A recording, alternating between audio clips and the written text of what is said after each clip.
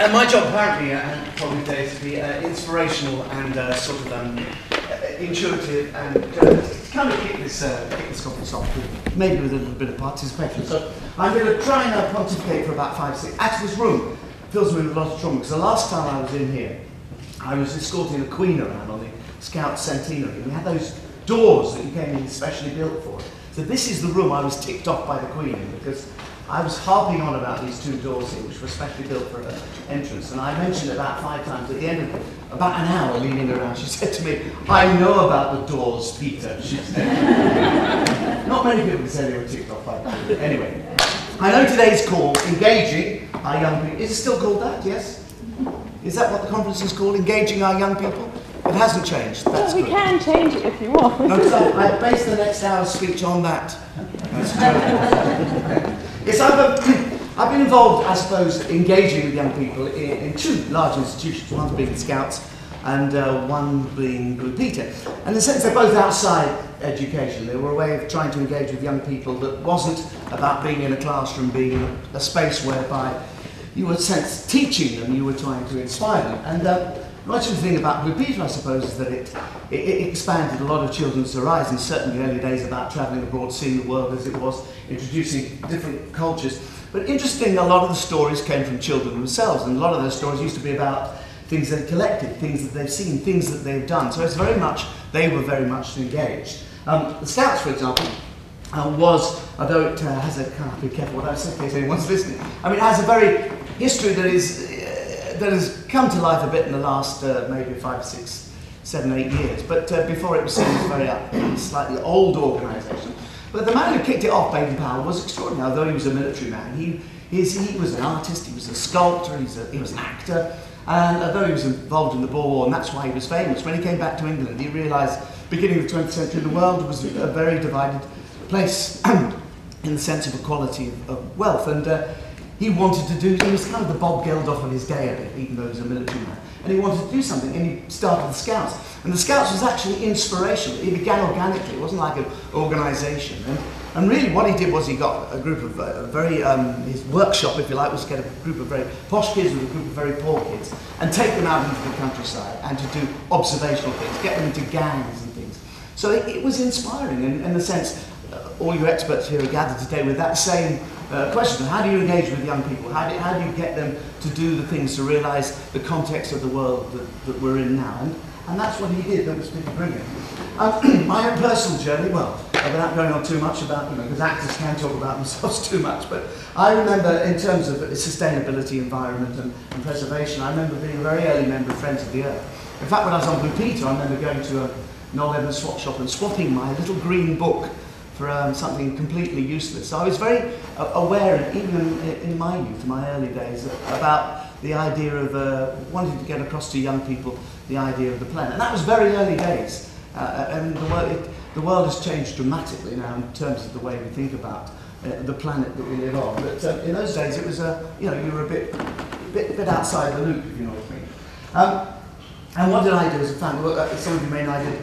Well, actually, there was one trip. I won't talk about that because it's going on a bit. But the one thing I did do with my family, very much again outside the education, was go on these what I call family travels, but proper expeditions with my wife and 4 kids, and we made these TV documentaries. And in a sense, they were inspirational not only for their parents but for the kids too, because they really did see the world. And the great thing about children is when they're very young, our kids were very young when we did this, that it was a very honest reaction to the world, the different cultures, the different things they saw, the different way people lived. And of course, my kids engaged, and again, this was outside education. And I don't really want to, because a lot of you I know are educators, and I don't want to be critical of it, but I come very much from the Ken Robinson school of thought, which really, as those Ken Robinson really is sort of, in some ways, anti-education. He really thinks the whole systems of education are all a bit arse about face, and we should be trying to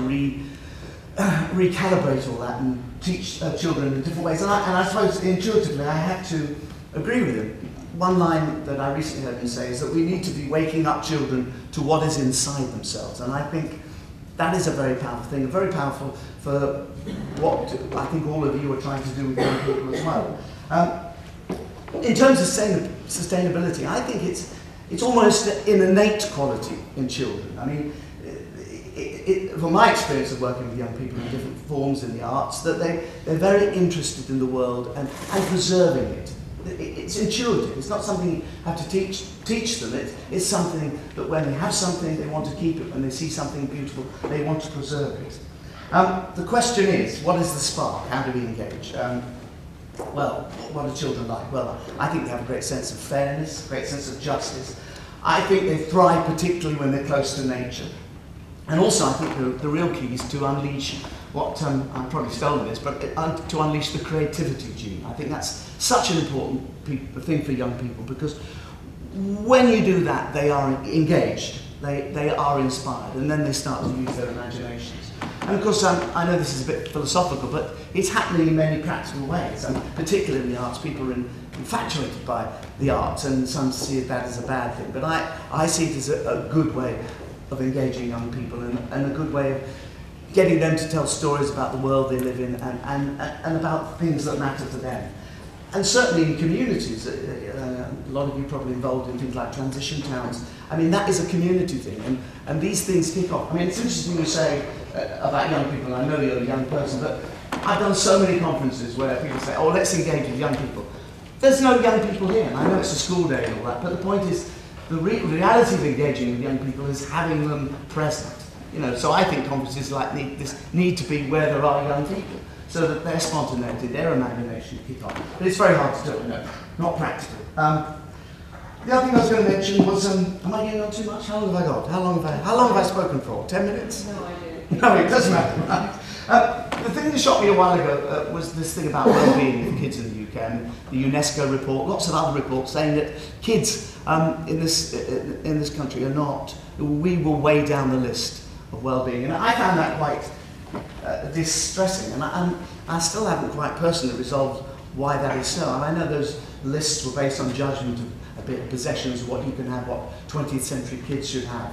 But I wonder whether, you know, I'm being philosophical now, that it's something to do with the fragility of the earth, that consciousness now that we have, that when we look at, say, if we stood on the moon and we looked at Earthrise, which is a new image for human beings, there is that sense that the earth, you know, when you see that green-blue glittering ball in that black void, there is a sense of fragility, and I think children, you know, are much more intuitive than grown-ups, are very much aware of that.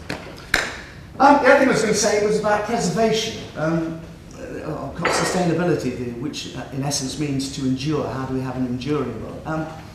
The problem is that we are so overwhelmed by this debate. I mean, there are so many different schools of thought. You know, we have people who believe that God will preserve the world, we don't need to worry. There are the global climate people who don't believe it's going to happen, and the battle rages between the oil people and the conservationists. And then we have things like the Gaia theory, Lovelock, believing that the world will somehow repair itself and rid itself of human beings. I mean, it's not a clear landscape when you're a young person to engage. I mean, there are different philosophies that young people have, and I think that's very important not to be clear with young people, but to show them all the angles. Certainly if you go to a very religious school, you have a very almost bubble-like view of the world. If you're very open and liberal, as many Western societies pretend to be, you have a more open attitude to what is actually occurring. But, you know, what is truth, what is really happening, is a very hard thing for adults to judge, and a very hard thing for young people to judge. So, I think I've pontificated enough. The thing about this conference is that people get up and they talk too much. So I think what I really wanted to do, just try and be a good teacher for the last 5 minutes, was just to engage with you, and if anybody's inspired to have a quick statement, if they want to say something, or ask a quick question, or we can have a conversation. Because I also believe that the best idea happens in groups, and it's no good just one person talking. So somebody instantly says something they're bursting to say. Go. So. He can project, it's all right. Yeah, I can actually. I saw a rather beautiful photograph on Facebook with a very good caption on it. And it was a photograph of some woodlands and a river. And it said, "This is the original PlayStation." And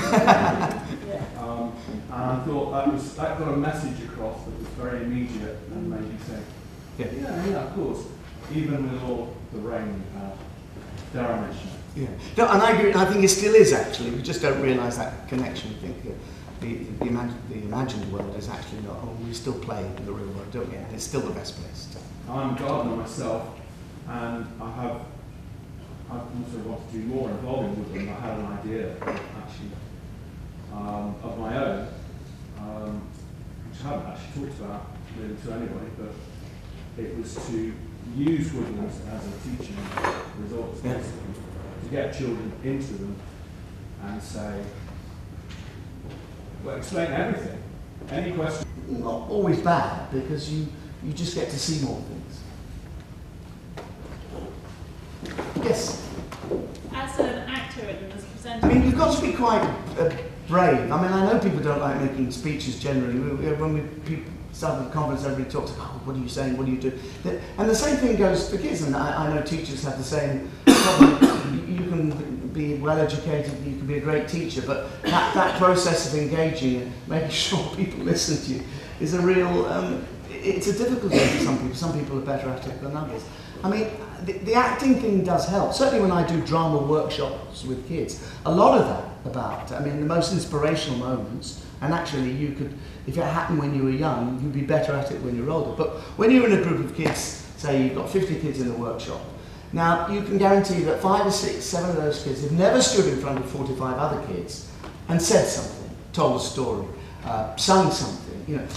So the initial idea is to get people out of their comfort zone, I think, and that means as an adult, if you've got to do it, you've got to get out of your comfort zone as well. So, you know, you have to be on the edge of it. You don't want to be a rambling idiot, as sometimes I can turn into. But you have to be, anyone has to be brave to get up and allow their brain to engage and to begin to talk and have a conversation. And to make that leap is hard for a lot of people. So is that a tip? It's nearly a tip. Yes. We have one more than we've got to go on. Yes, I'm so sorry. Somebody's in authority. My name is David from East Child. Just got back from the Rio Plus 20 conference, and we were at the original one, and then in Johannesburg, Rio Plus 5, all of them. This time, far from engaging, well, they did engage, they really had engaged, but they were so pissed at what the governments came up with. Our team and most of the youth delegates there handed in their passes and said, we don't want to have anything further to do with this ridiculous conference because it's not delivering the future we want, it's not delivering what we need.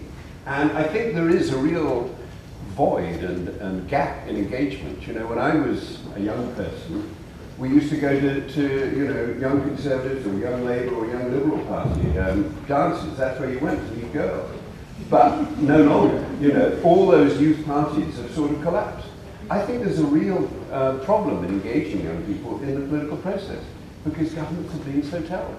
And I think that's really the challenge of today, and I mention that because young people, in my experience, are fairly pissed with the way that things are going. And engaging them is not an easy task. No, I agree. And often, just to finish on that, often that when you do engage with young people, you get lots of grandparents telling them what to say, which is the other problem. You know? Now, when you stand on that platform, and this is what you're going to say, you know, so politics is difficult because it's about power, isn't it, really? And putting your message across. Anyway, I'm done. I hope you have a lovely day, and I hope it's inspiring for you. And remember, the best thing happens in groups. That's the idea.